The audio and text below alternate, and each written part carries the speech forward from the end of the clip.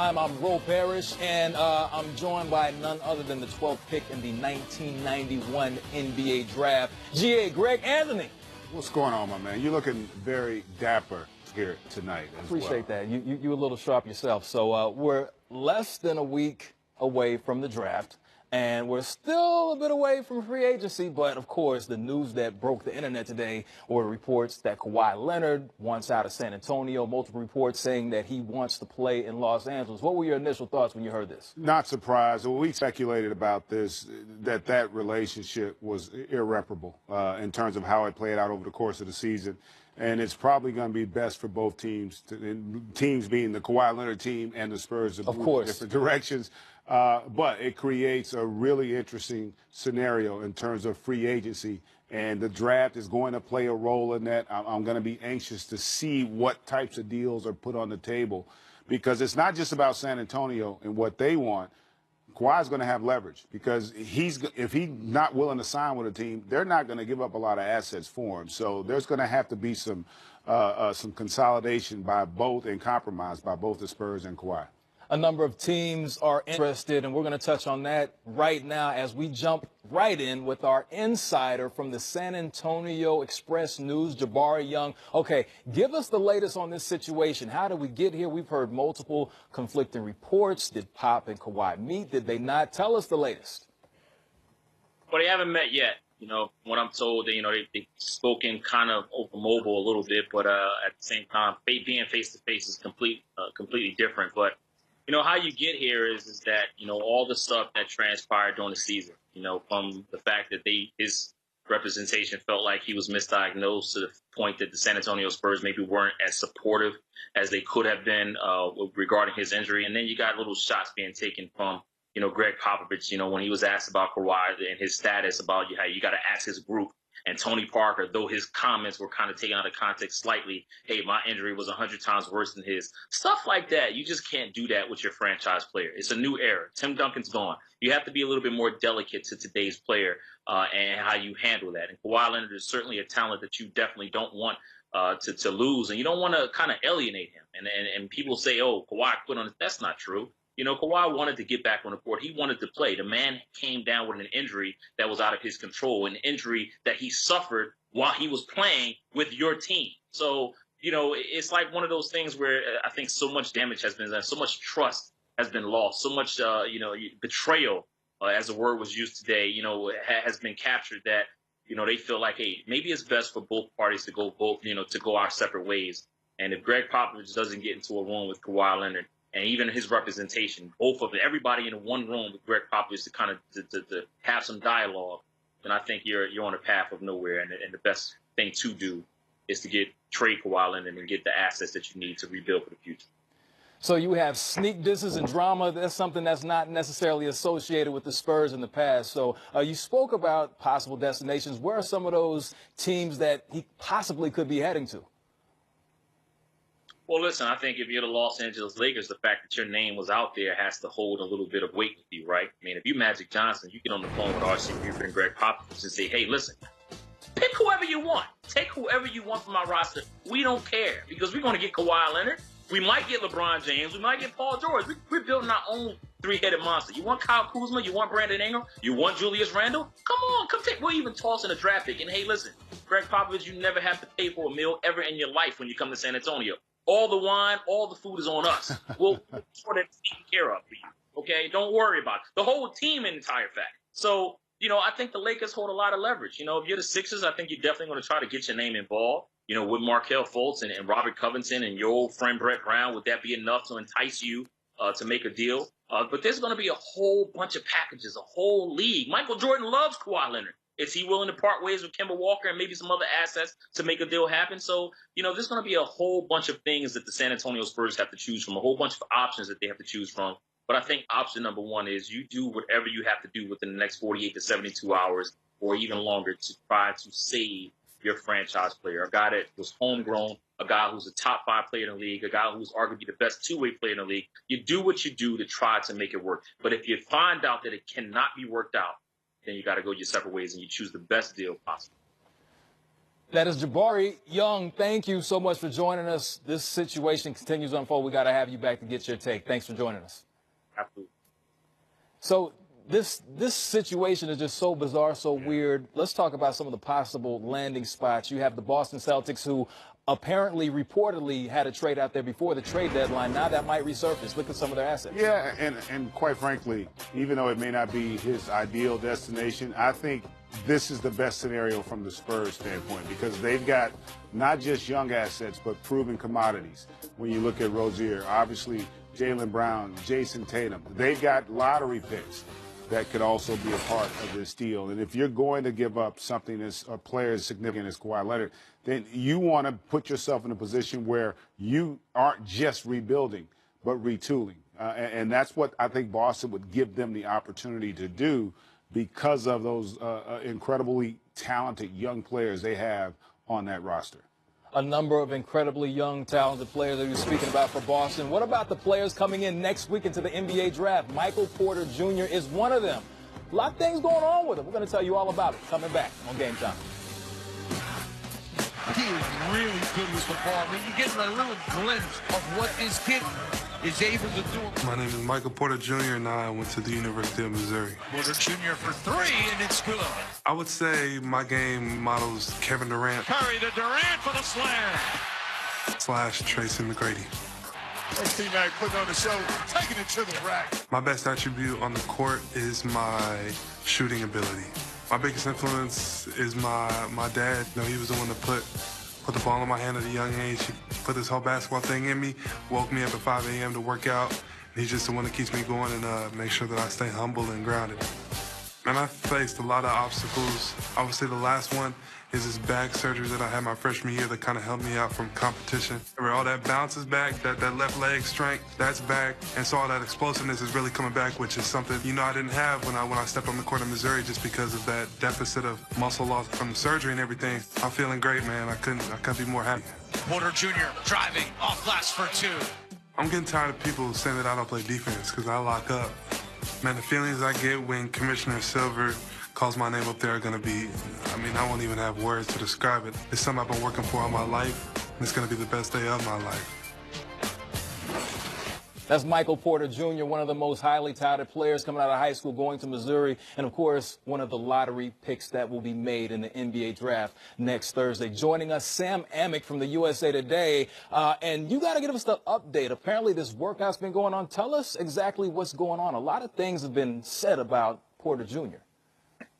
Yeah, guys, I mean, Michael Porter Jr., easily the most compelling, I think, prospect in the top 5, top 10 because of the health stuff. And what I think is so interesting is that you have this unofficial calculus between talent and the risk and the reward. If you take one team, for example, Sacramento sitting there at the number 2 spot, and honestly, if I'm just being candid here, the idea that they are considering him, mostly for me, seems insane because of the risk that comes with the back injury, but the talent is that great. And so they are trying to turn over every single rock. They're trying to get outside medical to look at him like they did today with a second look in Chicago. And they're basically waiting for somebody, hoping for somebody from the medical community to give them a green light and give them an excuse to pick a guy who they think can be transcendent. And they're not alone. If you go down the top 5 a little bit, I do not think Atlanta is going to be touching Michael Porter Jr., but Memphis is definitely thinking about him. I think he's still in the running for that 4 spot. The talent is getting everybody's attention, and the health certainly is a major concern.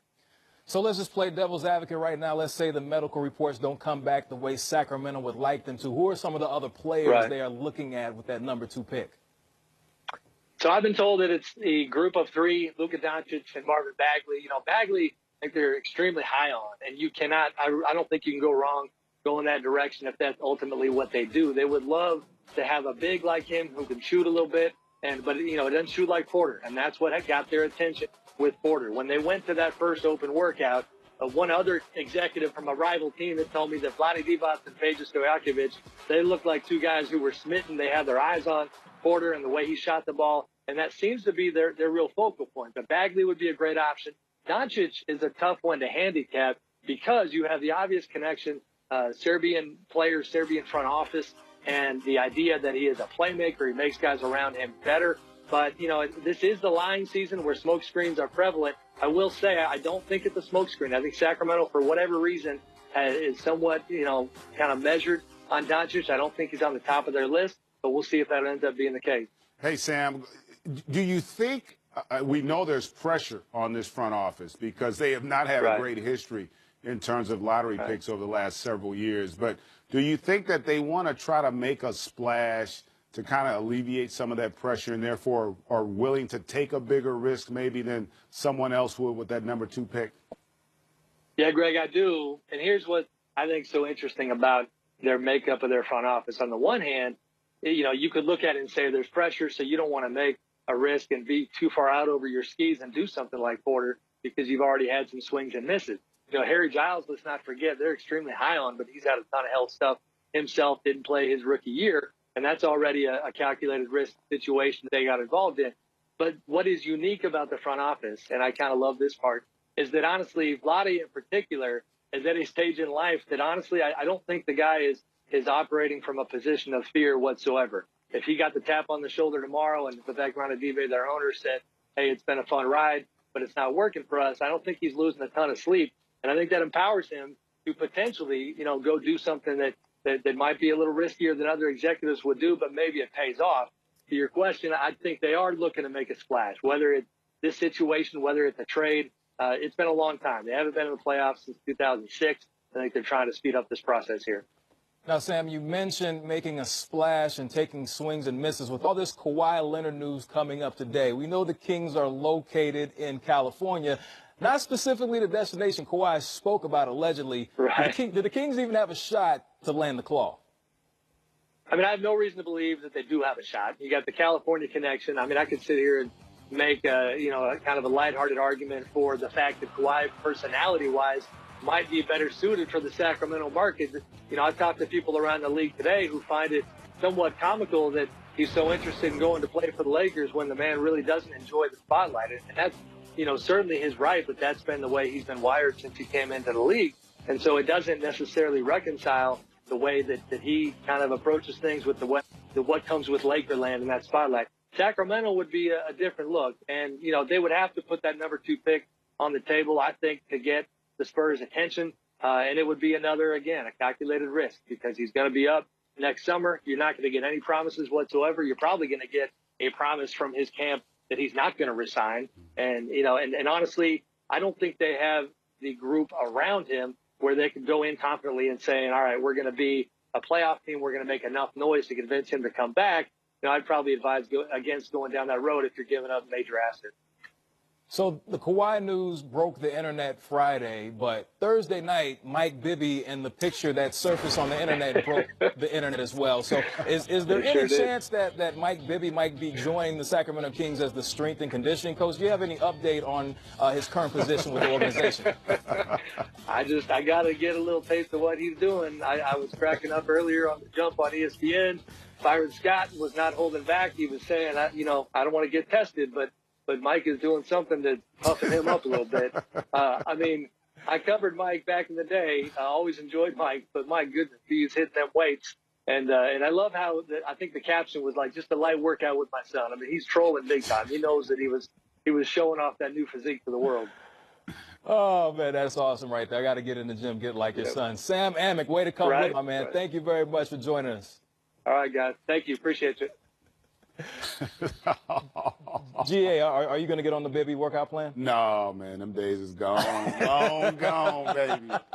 Let's get back on track. So we know the lottery's coming up, and you have some ideas, some perspective of who you like and who is going. Yeah, I got a sneaky suspicion. DeAndre Ayton, I think the Suns are going to feel the pressure to take who many consider the consensus, although I don't know that I could say there is one in this draft.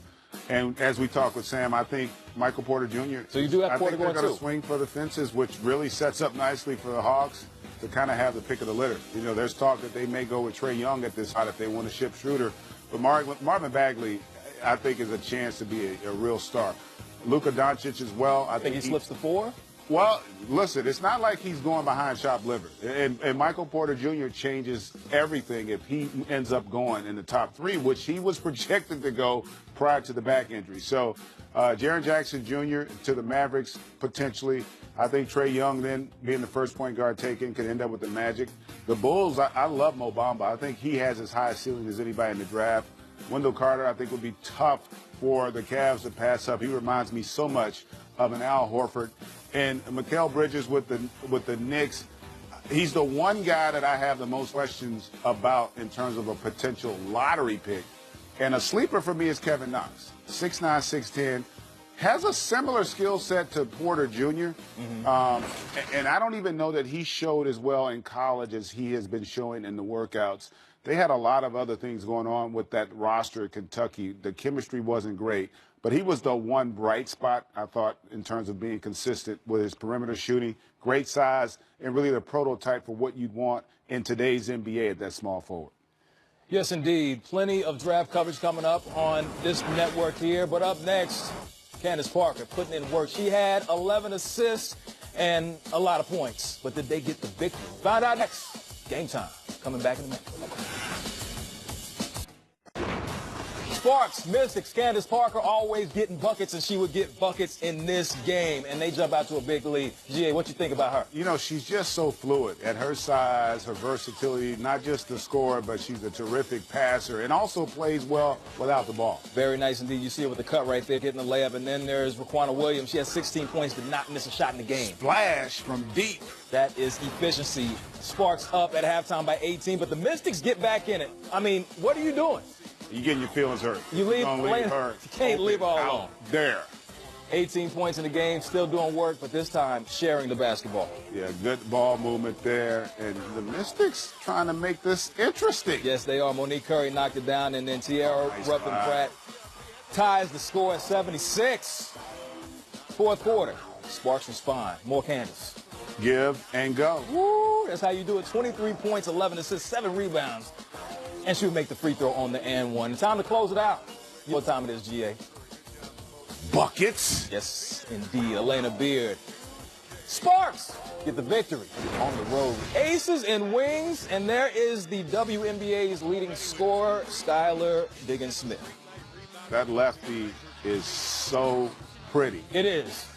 Gets you 22 points per game. You saw it, and then you see Kayla McBride. The mid-range game is on point. But the Wings go on a 12-2 run. There is Diggins again. My daughter Ella's favorite player. Skylar Diggins is just so much fun to watch. Cambage. Post-game, highly effective. Second half, Dallas in control. But the Aces won't fold. Asia Wilson, the #1 overall pick, has been so impressive this season. She is going to be an incredible talent. And you know what? Being from Vegas, you want to see the hometown team do well. Struggling a little bit. I can empathize. I was on an expansion team once before. It wasn't pretty. No, it was not. Cambage closing it out, doing work in the painted area. 28 points, a career high. 18 rebounds. Dallas victorious. They win by 10. The NBA family mourns the loss of women's basketball legend and pioneer Ann Donovan, a Hall of Fame player and a beloved head coach. Ann Donovan will be remembered as a pioneering figure in the history of basketball. Ann Donovan became nationally known as a freshman at Old Dominion University, where she helped the Lady Monarchs to a national title in 1980. She would go on to win the Naismith College Player of the Year Award in 1983. Ann Donovan changed the game. She was intelligent, she was a team player, she was a factor on both offense, defense, unselfish, really a great teammate to have. At 6'8", Donovan also became a centerpiece of the U.S. women's national team, winning Olympic gold medals in 1984 and again in 1988. She was one of the best that ever played, and she proved it. She's the ultimate winner. Ann would begin her WNBA coaching career in Indiana, and then led the Charlotte Sting to the WNBA Finals in 2001. Every possession is critical, okay? We're in the driver's seat. We're driving this thing on home. Donovan's next coaching stop would be Seattle. And Lauren, if you're watching and JB set the screen and they go under it, move your screen down a little bit. She became the first female head coach to win a WNBA championship when the Storm took the title in 2004. She was a lot of fun to play for, very easy to play for. She really understood what it was like to be a player, and I thought that was really valuable. She definitely was one of my good friends, and she taught me a lot. She worked really hard on broadening my offensive game. She was a great coach. Flare screen on the back, off the ball screen, and Candace another down screen. Donovan returned to the international stage as head coach of the 2008 U.S. Olympic team, leading the way in Beijing. She would earn her third Olympic championship. A Hall of Fame player, a beloved head coach, Ann Donovan will be remembered as a pioneering figure in the history of basketball.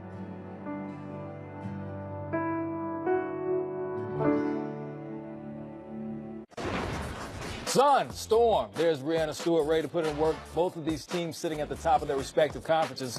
To the second half, Breanna Stewart, check out this hook shot, GA. Oh, with the left.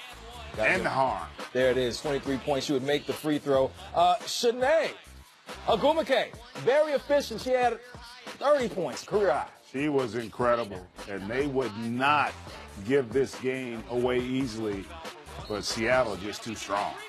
Natasha Howell with a career high 25. Storm get the victory at the buzzer. It is all about the Big O. Lifetime Achievement Award coming at the NBA Awards June 25th. Hall of Famer champion. GA, your thoughts? One of the all-time best players of the game of basketball. Incredible career. Also a pioneer for what he did for the players in terms of free agency. Big fan. Love the Big O. Definitely a big player. Russell Westbrook, he's great, but the first player to average a triple-double was the Big O. We all know. It's Roe. It's GA. We out of here.